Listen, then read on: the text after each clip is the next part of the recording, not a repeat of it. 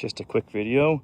I finally got that stump out. I had the drone in the air, I had my phone filming, and I rolled the stump down over here.